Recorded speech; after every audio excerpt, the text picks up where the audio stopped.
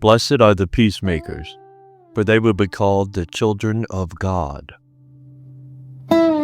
This is one of those verses that sounds simple until you actually try to live it. Most people like the ideal of peace. Very few people enjoy the work of making peace. That's an important distinction because Yeshua didn't say, "Blessed are the peace lovers." He didn't say, "Blessed are those who prefer peace." He said, "Blessed are the peacemakers." A peacemaker is active. A peacemaker does something. Now, that doesn't mean a peacemaker is someone who avoids conflict at all costs. Sometimes people confuse peace with the absence of tension. But those aren't always the same thing. Real peace is built on truth.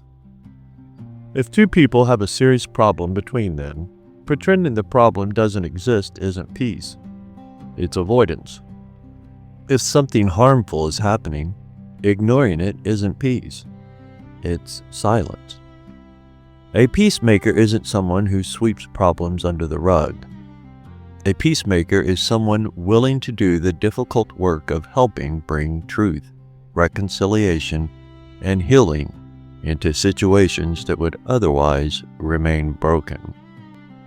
And that's hard work, because conflict has a way of pulling people towards extremes. We either want to attack or withdraw. We want to win the argument or escape the conversation altogether. Peacemaking requires something different. It requires patience. It requires humility. It requires listening. And sometimes it requires being misunderstood by both sides for a while. That's one reason genuine peacemakers are relatively rare. It's a bit like riding a bike down a narrow trail. If you overcorrect too far to one side, you end up in the ditch. If you overcorrect to the other side, the same thing happens. Staying on the path requires a steady balance, constant adjustment, and attention to where you're actually going. Peacemaking often works the same way. It's not weakness, it's not passivity. It's the deliberate effort to move towards reconciliation without abandoning truth. And when you think about it, that's exactly what God has done for humanity. The story of the Bible is, in many ways, the story of God making peace with people who had wandered far from Him. Not by pretending sin didn't matter, but by dealing with it. Not by ignoring the brokenness, but by providing a way for reconciliation through Yeshua. That's why peacemaking reflects God's character so closely. When believers participate in reconciliation, mercy, forgiveness, and truth-filled restoration, they're acting in a way that resembles their Father. That's what Yeshua means when He says, "Peacemakers will be called children of God." It's not saying peacemaking earns salvation. It's saying peacemaking rebuilds family resemblance. People begin to see something of God's character reflected in those actions. Now, this verse applies in more places than we might first realize. It applies in families. It applies in friendships. It applies at work. It applies in congregations. It even applies here, online, where conflict often seems to be everybody's favorite hobby. Every day presents opportunities either to escalate tension or help bring peace. Sometimes peacemaking means apologizing first. Sometimes it means extending forgiveness. Sometimes it means refusing to participate in gossip. Sometimes it means speaking truth gently when everyone else is throwing gasoline on the fire.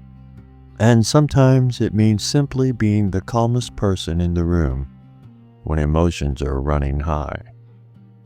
Notice, though, that peacemaking isn't the same thing as people-pleasing. People-pleasing seeks approval. Peacemaking seeks reconciliation. Those are very different goals. A people-pleaser may sacrifice truth to avoid discomfort. A peacemaker values both truth and love enough to endure discomfort for the sake of genuine healing. That's why peacemaking often costs something. It takes effort, it takes courage, it takes patience, and sometimes it takes a willingness to absorb a little criticism while helping others move towards restoration. So the application today is fairly straightforward. Take a look at the relationships around you. Is there a place where tension has been allowed to grow unnecessarily? Is there a conversation you've been avoiding that needs to happen? Is there someone who needs forgiveness? Is there a situation where you've been adding to conflict instead of helping calm it? You don't have to solve every problem in your world today. That's not what this verse is asking. But you can choose to be a person who moves situations closer to peace rather than farther away from it. You can choose words that heal instead of inflame. You can choose understanding instead of assumption. You can choose reconciliation instead of resentment. And as you do, you're reflecting something deeply important about the character of God Himself. Because the God who made peace with us calls His people to become peacemakers as well. And according to Yeshua, that's a blessed way to live and ride. Thank you for joining me here today, my friends and family.